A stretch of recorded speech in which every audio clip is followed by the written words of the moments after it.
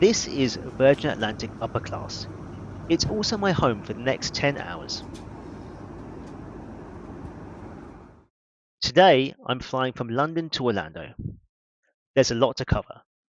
There's complimentary champagne and the onboard bar. There's also a seat that's known as a coffin seat. You'll find out why. By the end of the video, you'll know exactly what to expect when you fly in Virgin Atlantic Upper Class. I used air miles to book my flight. I was able to save $3,000 on the cash rate, and I'll explain exactly how you can do this too, even if you don't have any air miles. Pretty cool, huh? I'll also cover my dumb mistake. This meant I missed out on a fantastic looking halloumi burger. This hurt double as I'm also vegetarian. The Virgin Atlantic upper class cabin has 33 seats. 11 seats of 3 rows, every seat has aisle access. At the back of the upper class cabin is the onboard bar, offering drinks and snacks.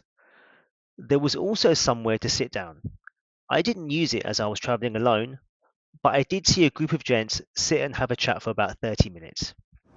The Virgin upper class seat is herringbone style. Each seat faces the aisle.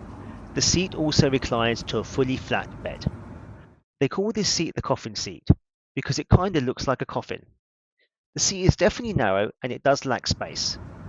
The seat also lacks privacy as you face the aisle. I eyeballed the cabin crew every time they walked by. The only way to get some privacy was to pop the TV out and to block your view of the aisle.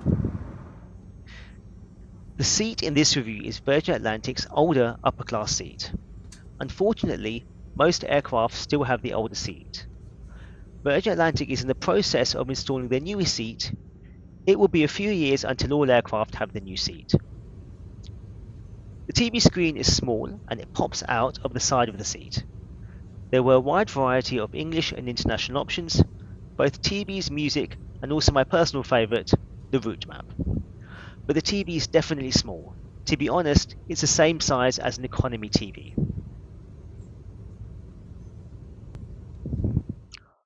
Today I was really tired. I'd woken up at 5 AM to get to London Heathrow.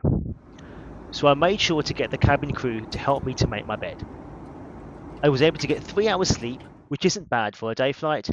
The bedding and the pillow were really nice.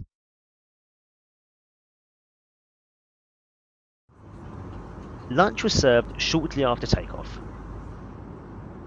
The starter was a choice of beetroot salad or vegetable soup. I had the soup and it was yummy. The main meal was a choice of chicken pie, cod, or pumpkin pasta. I had pre-ordered a vegetarian meal, so I was given the pasta. The pasta was good. It was rich and creamy. Dessert was a chocolate cake. This was good, as you might expect.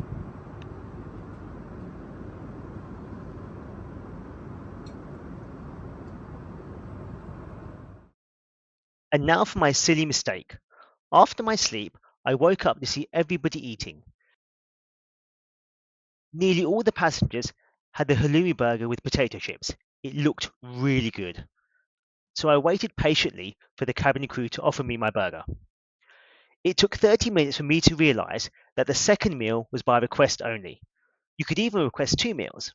So I made my request just 2 minutes after the last halloumi burger was finished. The only other vegetarian option were the scones with the cream. I chose the scones as I was hungry, but they were not good. The scones were dry and the cream came from a packet. Lesson learned. I was super impressed with the Virgin Atlantic drink service. There was a complimentary bar including premium alcohol. They served Laurent Perrier champagne and Grey Goose vodka.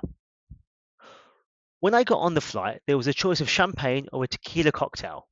I went for an apple juice because that's just how I roll. I did have some herbal tea during the flight. Virgin Atlantic served Tea Pig's Tea, which is a premium brand. I tried a green tea and a peppermint tea. Both were excellent. It was served in a lovely mug. Virgin Atlantic offer an Amenity Kit with Ren skincare products. It was inside a cheap paper bag. I was planning to complain about this during this review. However, my wife advised me that Ren is a very high brand with very high quality skincare products. The cash rate for this flight was $5,000. I did not pay $5,000.